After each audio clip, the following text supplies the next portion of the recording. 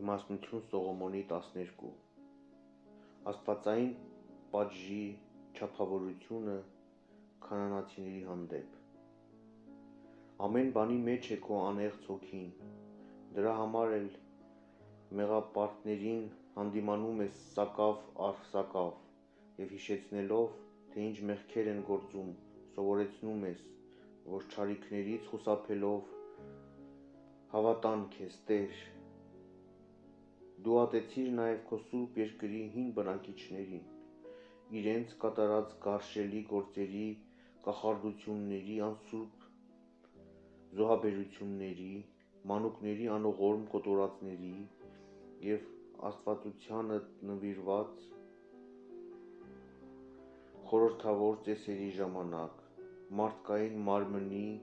փորոտիք և արյուն ուտելու համար, և այն ծերերին ու ծնողներին, որոնք սպանեցին անօգնական հոգիներին, դու կամեցար կորստի մատնել մեր հայրերի ձեռքով, որպեսզի այն երկիրը, որ ամենից թանկ էր քեզ համար, իր մեջ ընդուներ Աստծուն արժանավոր ծառաներ, բայց նրանց ևս, որպես մարդկանց, խնայեցիր, արձակելով քո զորքի առաջամարտիկներին, պիծակներին, որ սակավ առ սակավ սպանեն նրանց, թեև դու անզոր չէիր ամբարիշտներին դեմ պատերազմելու արդարների ձեռքով կամ ամեհի գազաններով, կամ հենց մի խոսքով միանգամից կործանելու նրանց, բայց դու կամաց դատաստան տեսնելով ապաշխարության տեղ էիր թողնում, չմոռանալով սակայն, որ չար է նրանց արարքը, բնածին է նրանց չարությունը, և հավիտյան չեն փոխելու նրանց մտածումները, քանզի սկզբից և ետ անիծված էր նրանց ծնունդը, դու երկյուղ չէիր կրում որևէ մեկից, երբ ներում էիր շնորհում մեղավորներին, արդարև, ով կարող է ասել քեզ, թե ինչ ես անում, և ով կարող է դեմ կանգնել քո դատաստանին, կամ ով կարող է քեզ կշտամբել ազգեր կործանելու համար, որ դու արել ես,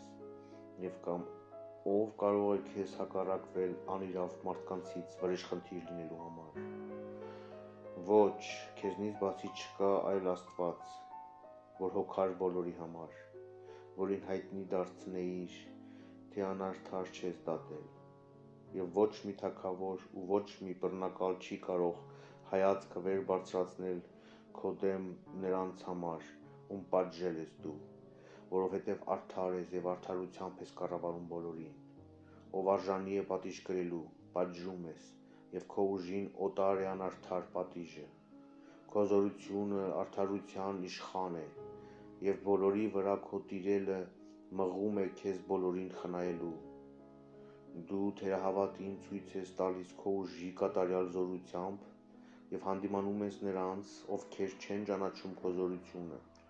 դու զորությամբ ես տիրում, բայց դատում ես հեզությամբ, և մեծ խնամքով խնամում ես մեզ, քանի որ քո զորությունը քեզ հետ է միշտ, և դու, երբ կամենաս, կարող է քո կամքը լինել։ Աստված դաստիարակում է իր ժողովրդին։ Այսպիսի գործերով էլ դու սովորեցրիր քո ժողովրդին, թե արդարը պարտավոր է մարդասեր լինել, և բարի հույս ներշնչեցիր քո որդիներին, թե նրանց մեղքերին ապաշխարություն կտաս։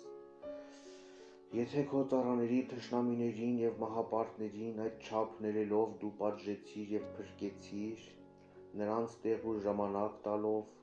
որ կարողանան ազատվել չարիքներից, ապա որքան ճշմարիտ դատեցիր քո որդիներին, որոնց հայրերի հետ երդում և դաշինք ես կնքել,